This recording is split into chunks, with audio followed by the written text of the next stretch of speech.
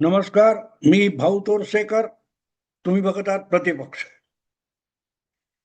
मित्रांनो, गेल्या जवळजवळ 5 वर्षापासून म्हणता येईल, 2021 पासून आतापर्यंत अनेकदा देवेंद्र फडणवीस हे केंद्रात मंत्री म्हणून जाणार, मोदींच्या मंत्रिमंडळामध्ये एक मंत्री होणार, ही चर्चा गेली 5 वर्ष मी ऐकतोय. अगदी उद्धव ठाकरे मुख्यमंत्री होते आणि देवेंद्र फडणवीस हे महाराष्ट्र विधानसभेत विरोधी नेता म्हणून आरूढ झालेले होते. त्या कालखंडापासून, करोना कालखंडापासून किंवा उद्धव ठाकरे सरकार कोसळण्याच्या आधीपासून देवेंद्र फडणवीस हे केंद्रात मंत्री होणार याची चर्चा चालू होती. आणि ती चर्चा कधीच नव्हती, तो एक प्रकारचा नॅरेटिव्ह होता, एक प्रकारचा अजेंडा होता. कारण मला आठवतं की 2021 मध्ये वगैरे मी दिल्लीत होतो राहत तेव्हा, आणि त्या कालखंडामध्ये मी एक व्हिडिओ केला होता. आणि त्याचं कारण माझा मित्र अनिल थत्ते. अनिल थत्तेच्या व्हिडिओमध्ये वारंवार एक गोष्ट यायची की देवेंद्र फडणवीसमुळे महाराष्ट्रातल्या भारतीय जनता पक्षाचं नुकसान होत आहे. महाराष्ट्रातून देवेंद्र फडणवीस यांना बाजूला काढले तर महाराष्ट्रातल्या राजकारणाचा तिढा सुटू शकेल. उद्धव ठाकरे असतील, शरद पवार असतील किंवा आणखीन काँग्रेस सोडून बाकी सगळे पक्ष हे देवेंद्र फडणवीसांना मुंबईतून बाजूला काढावं अशा मताचे. त्यामुळे विरोधी नेतेपदी बसलेले देवेंद्र फडणवीस यांना बाजूला करून उचलून केंद्रामध्ये अर्थमंत्री किंवा कुठल्याही खात्याचे, महत्वाच्या खात्याचे मंत्री केले तर महाराष्ट्रातल्या राजकारणाचा तिढा सुटू शकेल. भाजपचा कुठलाही दुसरा नेता सोबत येत असेल तर उद्धव ठाकरे सुद्धा परत महायुतीकडे जातील अशा प्रकारचा एक नॅरेटिव्ह प्रामुख्याने अनिल थत्तेच्या व्हिडिओमध्ये यायचा. आणि म्हणून मी म्हटलं होतं की हा अजेंडा आहे की नॅरेटिव्ह आहे की कोणाची सुपारी आहे. मी केलेला व्हिडिओ मला आठवतो, शोधून मिळाला तर मी मुद्दाम परत टाकेन, पण ती वेळच आली नाही. आणखीन वर्षभरामध्ये बघता बघता उद्धव ठाकरे सरकार गडगडलं, थेट गडगडलं. शिवसेनेमध्ये फूट पडली आणि गडगडल्यानंतर सरकार एकनाथ शिंदेच मुख्यमंत्री झाले. देवेंद्र फडणवीस फक्त विरोधी नेते पदावरून उठले आणि उपमुख्यमंत्री म्हणून येऊन बसले. पण तरीही परत परत परत परत एक गोष्टीचा पाठपुरावा गेल्या 5 वर्षात सातत्याने होत राहिलेला आहे की देवेंद्र फडणवीस दिल्लीत जाणार. वास्तविक उद्धव ठाकरे सरकार गडगडल्यानंतर आपण सरकारमध्ये जाणार नाही, आपण बाहेर बसू आणि मुख्यमंत्री एकनाथ शिंदे होतील, ही घोषणा खुद्द देवेंद्र फडणवीसांनी केलेली होती. आपण सरकारमध्ये न जाता पक्ष संघटनेत काम करायचं ठरवलंय असं स्वतः देवेंद्र फडणवीसांनी घोषित केलं होतं. पण ती घोषणा फक्त 1 तास टिकली, कारण पक्षाच्या हायकमांडने त्यांना सरकारमध्ये सहभागी व्हा आणि उपमुख्यमंत्री व्हा म्हणून फरमावलं. आणि देवेंद्र फडणवीसांनी ते मान्य केलं. पण तरी उपमुख्यमंत्रीपदी बसलेले देवेंद्र फडणवीस हे अनेकांना खूपत होते. आणि अनेकांना याचा अर्थ अगदी लपवायची गरज नाही, शरद पवारांना खूपत होत्या. शरद पवारांना खूपत होते याचं कारण देवेंद्र फडणवीस हा आपल्याला तोडीस तोड मुरब्बी धूर्त राजकारणी आहे. त्यामुळे देवेंद्र फडणवीस जोपर्यंत महाराष्ट्राच्या राजकारणात आहे तेवढ्या काळातच तो आपल्याला संपूर्ण टाकेल. शरद पवारांचं जे महान धूर्त राजकारण गेली 3-4 दशक पत्रकारांच्या आशीर्वादाने चालू राहिलेलं आहे, तो पवारांचा दबदबा संपवण्याची क्षमता असलेला देवेंद्र फडणवीस हा एकमेव नेता आहे आणि त्यामुळे तो महाराष्ट्रात असता कामा नये, ही अर्थातच शरद पवारांची अट होती. आणि म्हणून मग वेगवेगळ्या प्रकारे असे नॅरेटिव्ह आणले जायचे की फडणवीस दिल्लीला जाणार, फडणवीसांना दिल्लीला घेऊन जा, फडणवीस नसले तर महाराष्ट्रात भाजपला भरभराटीचे दिवस येतील. वेगवेगळ्या प्रकारे हा नॅरेटिव्ह पुढे आणला जात होता, पण तो कधीच खरा नव्हता, कधीच खरा नव्हता. आणि अशा नॅरेटिव्हला बळी येऊन त्यानुसार आपले निर्णय घेणं हा मोदी किंवा शहा यांचा स्वभाव नाही, आणि फडणवीसांचा तर नाहीच नाही. एक गोष्ट साफ होती, देवेंद्र फडणवीस 2014 मध्ये मोदी लाटेत भाजपला एक नंबरचा पक्ष बनवून गेले, पण पक्षाला इतकं मोठं यश मोदी लाटेत मिळालं तरी त्याचं श्रेय फडणवीसांना मिळू शकत नव्हतं. महाराष्ट्रामध्ये कुठच्याही विरोधी पक्षाला, प्रामुख्याने बिगर काँग्रेस पक्षाला भरभक्कम यश मिळालं ते फक्त फडणवीस असताना. आणि म्हणूनच जोपर्यंत फडणवीस महाराष्ट्राच्या राजकारणात आहेत त्यांना रोखणं, पराभूत करणं हे आपल्या आवाक्यातली गोष्ट नाही. हे ओळखणारा एकमेव धूर्त राजकारणी जर महाराष्ट्रात कोण असेल तर ते शरद पवार होते. आणि मग शरद पवारांचे प्रवक्ते जे अधिकृतपणे शिवसेना पक्षात असतात पण शरद पवारांचा प्रवक्ता म्हणून काम करतात. अनेकदा तर शरद पवारांना सुद्धा माहिती नसतं आपण काय करणार आहोत, ते संजय राऊतांना माहिती असतं, एवढे ते प्रवक्ते. आणि ते संजय राऊत आपले घट्ट मित्र आहेत, जिगर का तुकडा वगैरे असं जेव्हा अनिल थत्ते म्हणतो तेव्हा अनिल थत्तेकडून वारंवार ज्या प्रकारे फडणवीसांना टार्गेट केलं जात होतं, काही काही वेळेला तर बदनाम करण्यापर्यंत. बावनकुळेंचा काटा कसा फडणवीसांनी काढला, पण पुढे त्याच बावनकुळेंना विधान परिषदेत आणून मंत्री पदापर्यंत आणणारे सुद्धा देवेंद्र फडणवीस होते. असं मुद्दा तो नाही, मुद्दा देवेंद्र फडणवीस दिल्लीत जाणार हा नॅरेटिव्ह अधूनमधून डोकं वर काढतोय, ही नवी गोष्ट नाही. मी काल परवा एक दोन चॅनेलवर ऐकलं आणि मला हसू का रडू कळेना की परत परत ही चर्चा, फडणवीस दिल्लीला जाणार ही चर्चा परत परत का येते. तर एका चर्चेचा सूर असा होता की फडणवीस दिल्लीला गेले तर एकनाथ शिंदेना परत महाराष्ट्राच्या मुख्यमंत्रीपदी बसता येईल, म्हणून अशा चर्चेचा नॅरेटिव्ह उपमुख्यमंत्री एकनाथ शिंदेच सुरू करून देतात, असा एका चॅनेलवरच्या चर्चेचा सूर होता. पण जितके फडणवीस विलंदर आहेत त्यापेक्षा एकनाथ शिंदे सुद्धा कमी नाही. हा, त्यांच्या पक्षाचं पाठबळ कमी आहे. जसा भाजप हा 133-35 आमदार घेऊन बसलेला आहे तेवढं पाठबळ एकनाथ शिंदेकडे नाहीये. शिवाय त्यांचा पक्ष राज्यापुरता मर्यादित आहे. त्यामुळे खूप चलाखी चतुराई असली तरी त्या चतुराईच्या आधारावर राजकारण खेळणं पुरेसं नसतं, त्याच्या मागे बळ उभं राहावं लागतं.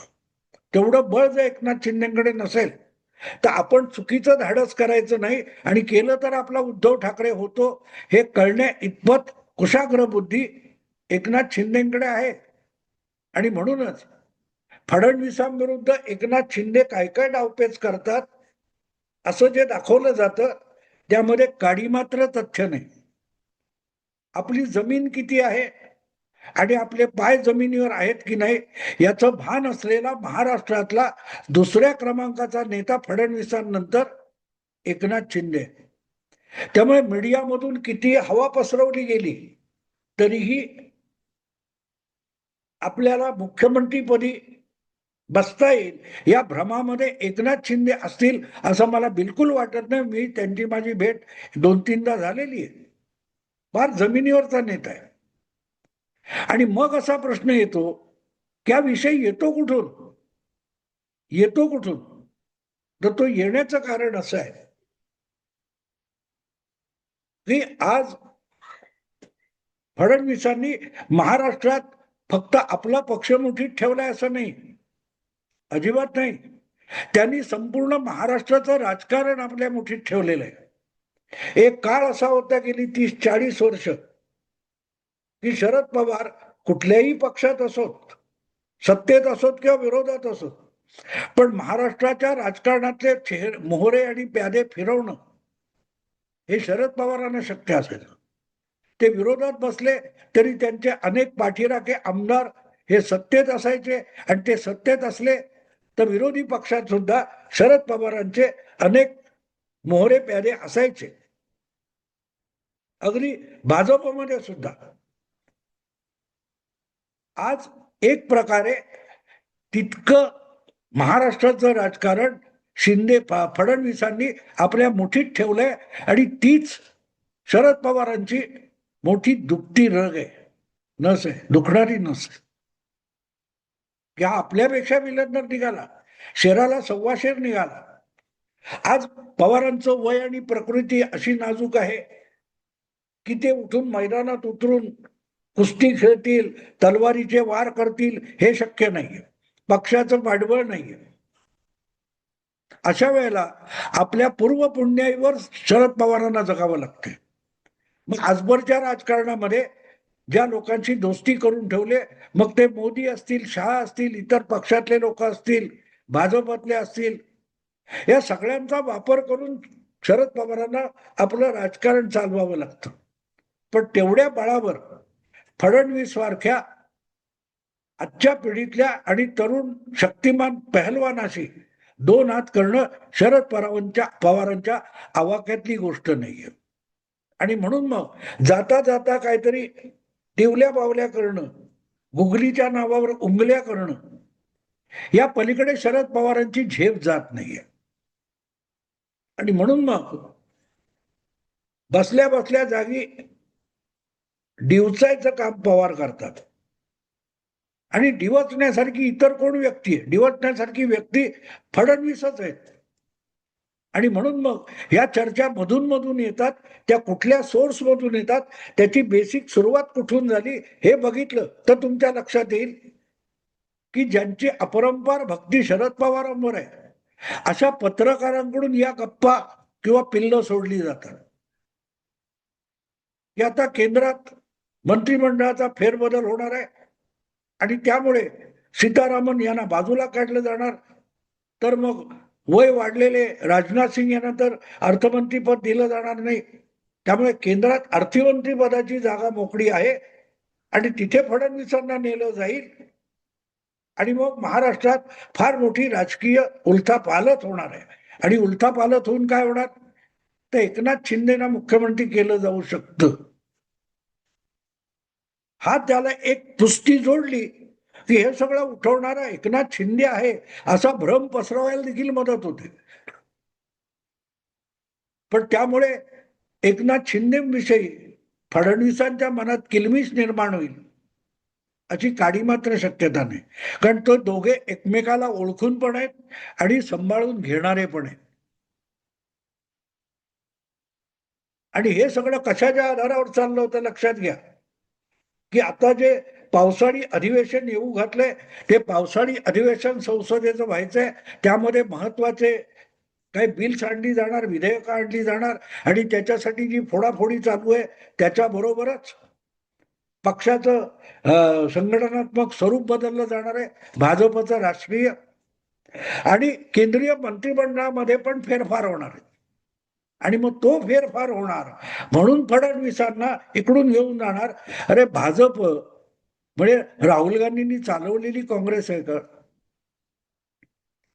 जोपर्यंत महाराष्ट्राच्या राजकारणामध्ये भाजप घट्ट पाय रोवून उभा राहत नाही आणि प्रसंगी स्वबळावर 150-60 आमदारांचा पल्ला ओलांडण्यापर्यंत भाजपचं संघटन आणि क्षमता पोहोचत नाही, तोपर्यंत फडणवीस महाराष्ट्राला सोडून दिल्लीला जातील याची कल्पनाही करू नका. साधी सरळ गोष्ट आहे. एक हातातलं राज्य गमवायचं कशाला, तर बड्या बड्या मीडिया हाऊसेसना, वर्तमानपत्रांना, चॅनेलना ब्रेकिंग न्यूज मिळाली पाहिजे. तुम्हाला ब्रेकिंग न्यूज पाहिजे म्हणून होत नाही. आणि दुसरी गोष्ट लक्षात घ्या